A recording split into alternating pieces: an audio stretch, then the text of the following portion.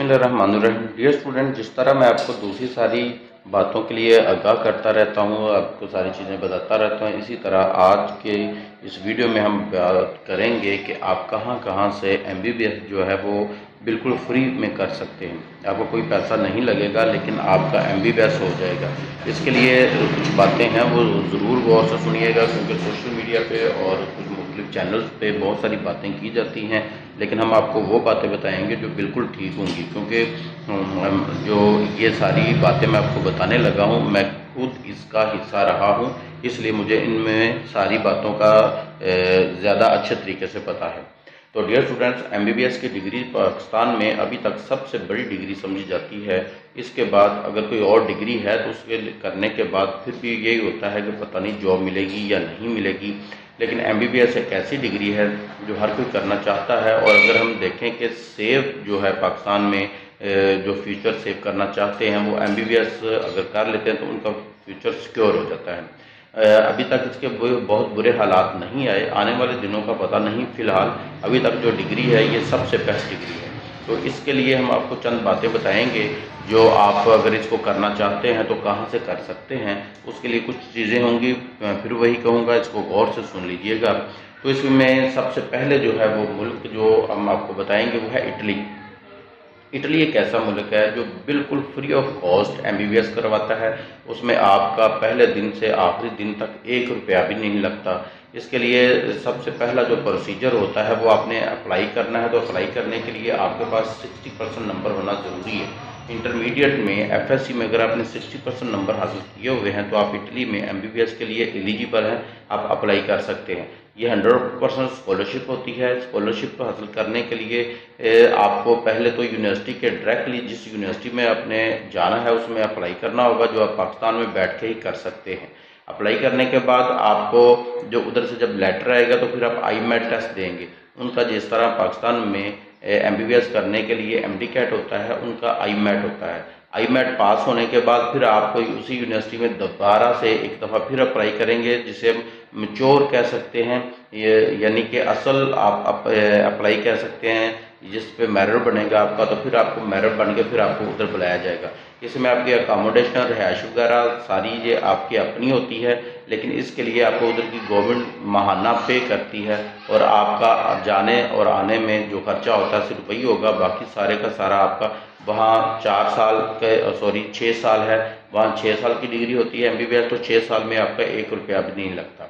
तो इसके लिए जो आपका दूसरा कंट्री है MBBS में जो फ्री आपको करवाता है तो वो है जर्मनी। और मैं आपको फिर एक दफ़ा भी बता दूं कि ये जो इटली के लिए आइट्स की ज़रूरत नहीं होती। आने वाले दिनों में हो सकता है ज़रूरत पड़ जाए, क्योंकि चंद यूनिवर्सिटियों ने इसके लिए आइट्स मांग लिया है। लेकिन दूसरे नंबर पे जो जर्मनी है, तो जर्मनी में अप्लाई करने के लिए आपके पास 65% नंबर होने चाहिए। सॉरी, ये 65 नहीं बल्कि 85% नंबर होने चाहिए। 85% आपके मार्क्स अगर हैं तो आप इसमें अप्लाई कर सकते हैं। लेकिन इसका सबसे बड़ा जो बैरियर है वो ज़बान का है, लैंग्वेज का है, क्योंकि जर्मनी में इंग्लिश में नहीं करवाया जाता, जबकि इटली में इंग्लिश में ही करवा दिया जाता है। जर्मनी में जो MBBS वो जर्मन ज़बान में करवाया जाएगा। तो उसके लिए आपको पहले जर्मन ज़बान सीखनी होगी, जो कि आप पाकिस्तान में रहकर भी सीख सकते हैं, या आप किसी और कंट्रीज़ में हैं तो आप वहाँ से भी बैठ के अपने ही मुल्क में बैठ के ये ज़ुबान सीख सकते हैं। और उसके बाद आप अप्लाई करेंगे। तो फिर आपको बता दूं, इसके लिए आपको FSC में 85% नंबर का होना भी ज़रूरी है। तो तीसरे नंबर पर जो है वो है चाइना। चाइना जो है इसमें भी अंग्रेज़ी में ही MBBS होता है। CSC आपने बहुत दफ़ा सुना होगा। CSC स्कॉलरशिप है जो कि चाइना की है, लेकिन ये मैं आपको बता दूं ये बहुत कम होती है।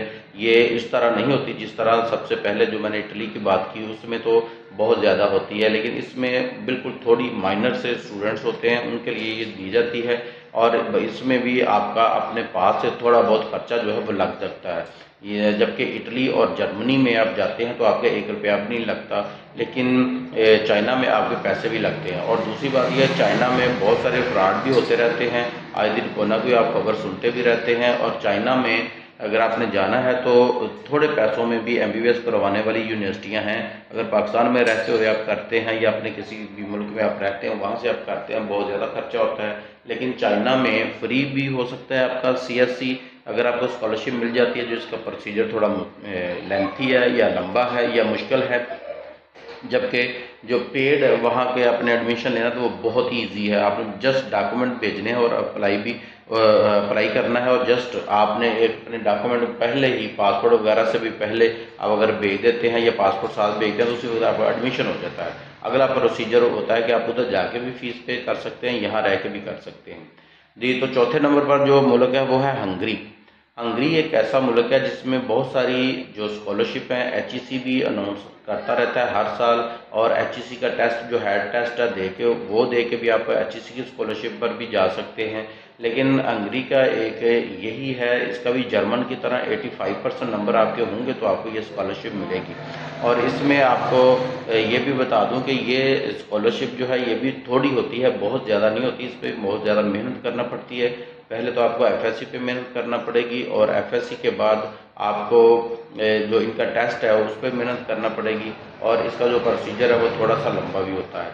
इसमें आपको जो सबसे बेस्ट लगी उसका कमेंट करके ज़रूर बताइएगा, लेकिन मैं इसमें अगर बताऊं तो सबसे बेस्ट जो मुझे है वो इटली लगा है, क्योंकि इटली में सबसे कम नंबर होते हैं, 60% नंबर चाहिए, और उसमें आपका 1 रुपया भी खर्चा नहीं आता। जबकि बाकी 3 मुल्क जो उसमें कोई ना कोई हिडन आ जाती है, कोई ना कोई उसमें रुकावट है, लेकिन इटली में कोई नहीं।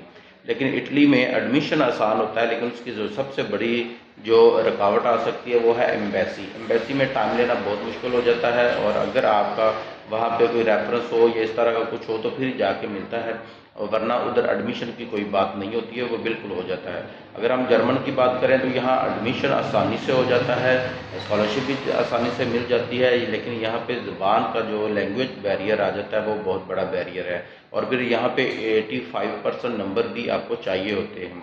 और इसी तरह चाइना में अगर हम बात करें तो चाइना में आपको, जैसा कि मैंने थोड़ी देर पहले भी बताया, कि वहाँ फ्रॉड भी हो सकता है, और स्कॉलरशिप भी थोड़ी मुश्किल होती है, और माइनर से होती है, थोड़ी सी स्कॉलरशिप होती है। अगर हम अंग्रेजी की फिर बात करें तो उसमें 85% ही नंबर हैं, लेकिन वो भी प्रोसीजर थोड़ा लेंथी होता है। तो आपको इनमें से किस तरफ जाना चाहते हैं, किसी जगह में भी अगर आपने अप्लाई करना हो हमारी गाइडलाइन ले सकते हैं। हमारी वेबसाइट पर भी आप जा सकते हैं, वहाँ से भी देख सकते हैं। edward.com के नाम से हमारी वेबसाइट है, और वहाँ पे दुनिया भर की स्कॉलरशिप जो है वो आपको वहाँ पे बता दी जाएंगी। अगर आप इटली में जाना चाहते हैं, फ्रांस में जाना चाहते हैं, कहीं और एडमिशन लेना चाहते हैं तो आप हमारी खिदमत भी हासिल कर सकते हैं। हम फ्री ऑफ कॉस्ट भी हेल्प करते हैं, और अगर कोई कहे तो हम पेड में तो सारा प्रोसीजर भी हम पेड करके देते हैं।